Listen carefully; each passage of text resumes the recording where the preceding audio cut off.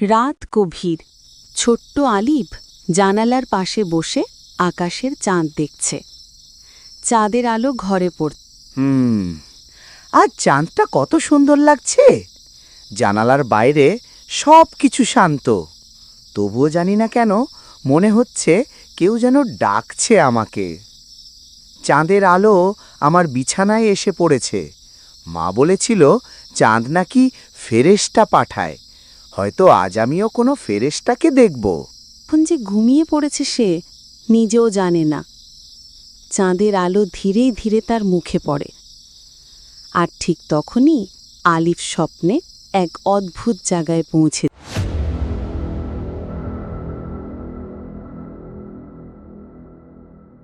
এই আমি কোথায় এলাম? চারদিকে শুধু গাছ গাছ আর অন্ধকার। চাঁদের আলো যেন হারিয়ে গেছে।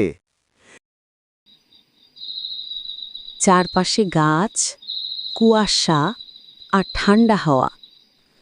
ভয়ের হঠাৎ দূরে এক ঝলক আলো দেখা দেয়। আলিফ তাকিয়ে রইল। কে আছো ওখানে? এই আলোটা কোথা থেকে এলো?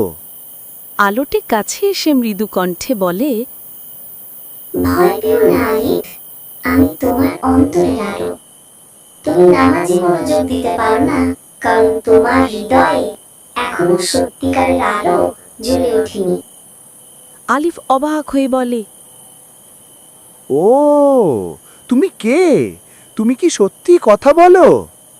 তুমি আমার নাম জানো? তুমি কি ফেরেশতা? আলোটি মৃদু হেসে বলে, চলো, আমি তোমাকে সেই পথে নিয়ে যাব যেখানে হৃদয় আলোকিত হয়। দেখো, আলোটা আমাকে পথ দেখাচ্ছে। রাস্তা জুড়ে কেমন আলো ছড়িয়ে পড়েছে। আলিফ আলোর পেছনে হাঁটতে শুরু করল। ধীরে ধীরে বন শেষ হয়ে রাস্তা শুরু। গাছের ফাঁক দিয়ে ভোরের আলো পড়ছে। আলোর পথ ধরে আমি মসজিদের কাছে এসে গেছি। আজ ভোরের আজানটা কত সুন্দর লাগছে। আলিফ দৌড়ে মসজিদের দিকে চলে গেল।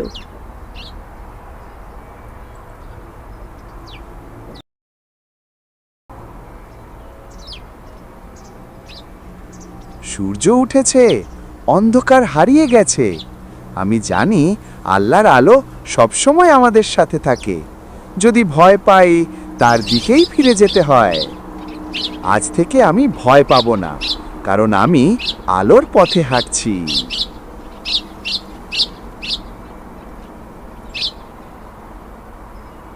সূর্যের আলো ধীরে ধীরে পুরো আকাশ ভরিয়ে দেয়। এই যেন আলিফের নতুন জীবনের শুরু।